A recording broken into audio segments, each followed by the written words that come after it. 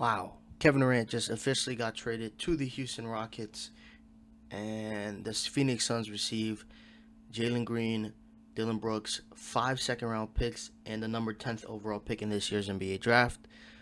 The way that I see this, especially, is that I do think Houston won this trade.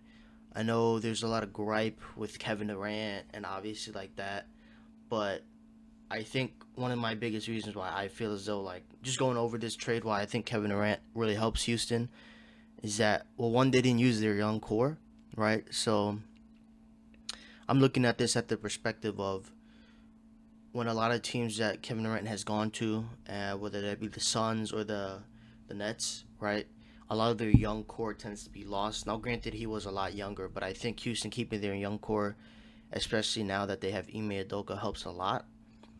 And then when I look over at the Suns, I it's a little iffy. I think you essentially have three of the same players, just at different archetypes, different Pokemon levels with Bradley Beal, Jalen Green, and Devin Booker. You still have issues with contracts, but overall, the consensus I feel like is that Houston definitely got a lot better, and the Suns definitely they have a little bit more room with cap space, but not a lot of room still because you still have two pretty decently sized contracts. Sorry,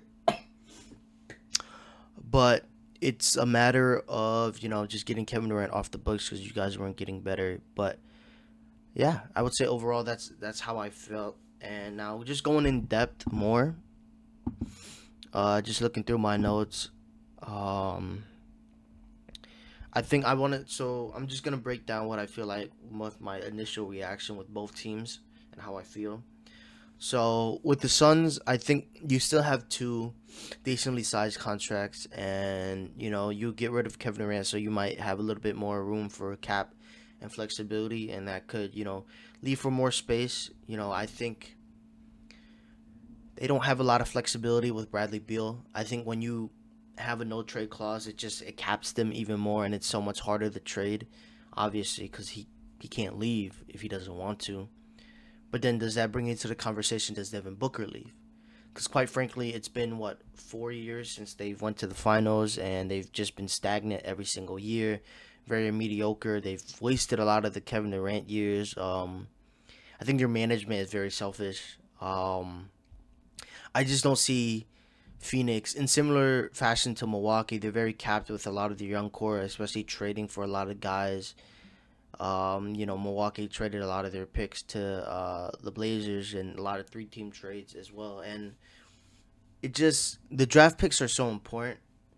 Now, granted, with the NBA getting more money from the CBA, I'm pretty sure draft picks become less and less valuable if you're a good team, obviously. But Phoenix, my main issue with Phoenix is that, you know, even with this trade, what does it look like for their team? Are you gonna have Jalen Green start at the one?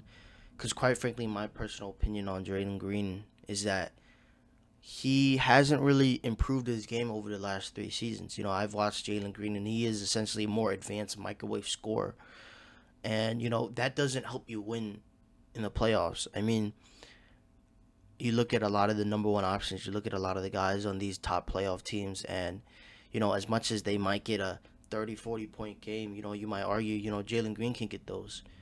But at the same time, it's the consistency factor. It's also what you bring outside of scoring. Can you play make? Can you, facilitate offense? Are you a good defender? There's just more than just being a scorer. And I think Jalen Green struggles with that. And I do think it was the right move to trade Jalen Green just because, especially with the offense that Ime Udoka runs and also defensive schemes, even though they were the number two seed, the Rockets didn't have an official number one scorer. They didn't have a number one option. Now you could argue that Kevin Durant, at his age, might not be a number one option anymore, but they get a better fighting chance, which is why I like this trade for the Houston Rockets. And I'll get into that a little bit more, but I still want to talk about the Suns. I am worried. I think they are very capped for at least another 2 seasons, I would say, because quite frankly, the 10th overall pick probably doesn't mean a lot if you can't draft. And let's look at these overall, drafts. And in the last like 10 years, you know, they haven't really hit on anybody besides Devin Booker. If I'm just looking at it right now, you have DeAndre Ayton, I guess, was their last pick. I mean, you traded Tumani Kamara, arguably one of the best 3-and-D players in the entire country. And, I'm just looking at these guys, and, Ayton hits, kinda. And then Devin Booker, it's been arguably 10 years. I mean, you drafted Dragon Bender, Georges Papagiannis, Scala Brissier, and Tyler Eulis all in 1 year, and none of them hit. Elliot Kobo's second round pick didn't hit. You know, you have guys that honestly they have some late round picks that might have hit if they kept them, but they didn't. Which is why I have an issue with the Phoenix Suns being able to draft because who's projected at number 10? I mean, Carter Bryant, CMB, maybe someone like a Casper Yakachonis falls there, but then you already locked at that guard position unless you trade Jalen Green, which we'll see, or you somehow trade Bradley Beal, and then you have other picks. I mean Noah Senge. You could go after more wings here and there because you don't. I mean Ryan Dunn's played pretty decently, but you could go after that wing position, and then the wings that you have over there, are guys like who's at that position. Con Kanipo might fall. He's projected to go top 5, top 6, but he could fall. Who knows? Ace Bailey might have a slip. I don't think it's gonna happen that far to 10, but who knows? You have to hit on this draft pick. You need some type of security, and even though that draft pick might not be good initially, right there, you need some type of security and a fresh of breath air, especially because the last time you had a 10th overall pick was almost 5 years ago, and he didn't really amount to anything. I mean, he's on the Chicago Bulls. I'm pretty sure coming off the bench, and you need guys that have potential and have the upside. If I'm the Suns, I draft for upside and guys that can contribute, right? Um, yeah, I think another case in point is that it's weird because Miami originally didn't want to send trade for Kevin Durant, and I think this is another video maybe, but they didn't want to send Kalawera, Jovic, Hawkes, Highsmith, or any draft asset for that matter. And I think this is one of the biggest reasons why Jimmy Butler wanted to leave. I think when you look at Miami, yeah, you don't want to really trade all those players for Kevin Durant, and your roster isn't really good enough to compete. Because I don't think Tyler Hero and Bam Adebayo gets it done, right? Because you lose your entire roster, and this is another issue where, you know, they Kevin Durant in the last two teams that he's been to, a lot of their teams have been capped a lot because they trade half of their team for Kevin Durant, right? And you still need a competent roster. So I think that's where Miami's headspace was at, but I still don't think it's their future is in up in their hands of their two best players, right? I think Ware is definitely going to be up there, and they might be right to keep those assets, but they're still also a little bit capped. And I think it was interesting they didn't at least try to trade for Kevin Durant, but it might have been the right move. I think Houston brings a different type of system that might benefit Kevin Durant a lot more. So yeah, I think the Suns are very capped. I think if they don't hit on these next draft picks, they're probably going to be even more capped. You have to find a way to trade Bradley Beal. His contract is going to be, I think he still has a few more years on his contract. I don't know yet, but they're going to be very capped. And it's not a good look for them. But at least you got one off the books, right? You got some draft capital back. And now you look at the Rockets. The Rockets originally were the 2 seed, right? And then I think Kevin Durant elevates their team because, as mentioned before, the Houston Rockets tend to struggle a lot with having that number 1 option, that number 2 type of option player. As much as Sengun is good, you wanted Jalen Green to really prove himself in the playoffs, right? But then if you look at his stats, and not just his stats, but the way that he played, it's very like I said, microwave scorer. Some guy that sorry, some guy that can't really get it done. He plays the same way he has for the last 3 seasons, and he hasn't really shown a lot of improvements in ways to change his type of game, whether that make a better impact being a catch and shoot player, a movement shooter, just getting to the rim. I think he had one really good game, and then he was just very stagnant the rest of the playoffs. And it sucks because you wanted him to be your number 1 option because he has that type of build where he can hit the last shot, but it just wasn't there. I mean, you're not gonna have a guy like Fred VanVleet consistently hit the last bucket, and then Apple and Sengun. you don't usually see centers being number one options. Even like a Jokic isn't really a number one option. So I think getting Kevin Durant definitely boosts their chance of being title contentions. And overall, roster wise, I think they kept their young core. I think that was one of the best things. Like I said, with previous trades with Kevin Durant, being able to trade your entire team really isn't going to help you. So keeping Cam Whitmore, Tari Eason, Jabari Smith, even Amen Thompson is absolutely golden.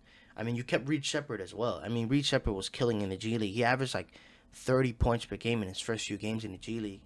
And I think him and Amen have a little bit more room because you lose two guard wing positions in that area, and now you have a little bit more room to blossom. Now, will Ime Udoka play Reed Shepard? Who knows? I think he will to start off in the earlier in the regular season.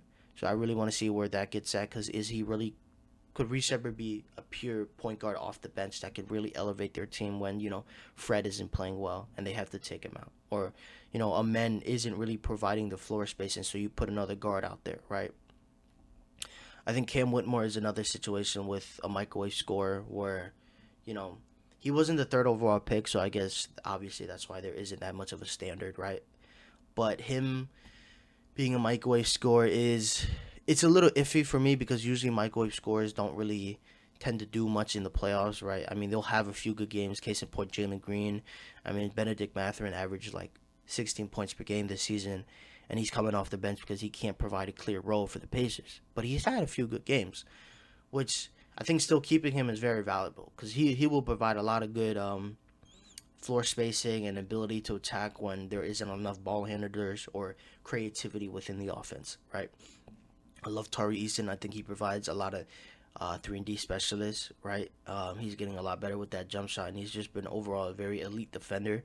So you keep that elite defense, right? You keep the Amen Thompsons, the Tari Easons, even Sengun's played a lot better. Jabari Smith, you kept him. He might not have the pedigree of like being a third overall pick, but him hitting so many clutch shots and being such a good provider in the playoffs for the Houston Rockets shows that he can play a role. And I like that because you need guys that need to take a step back. Even though they're the third overall pick, they're a top draft pick, they can set their ego aside and realize, hey, I need to play to win for my team. And that's what Jabari Smith did last season, right?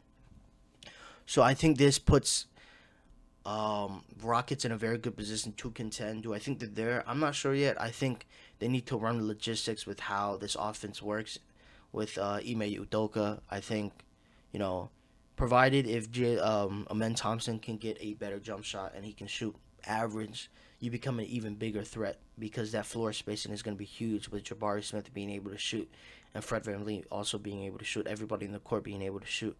And then you have a pretty good, decent bench. I think this roster is very similar to what OKC was building originally. Just a lot of guys who, if you look in the finals right now, is a lot of heavy wing or guard positions that can defend. You have Amen Thompson. You have, like I said, the entire Houston Rockets roster. But then you have, with OKC, you have Casey Wallace, Caruso.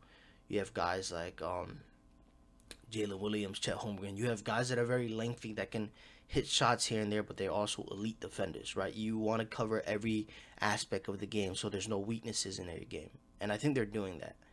Now, granted, Kevin Durant has a few years left. I think realistically he probably has like 3 seasons left.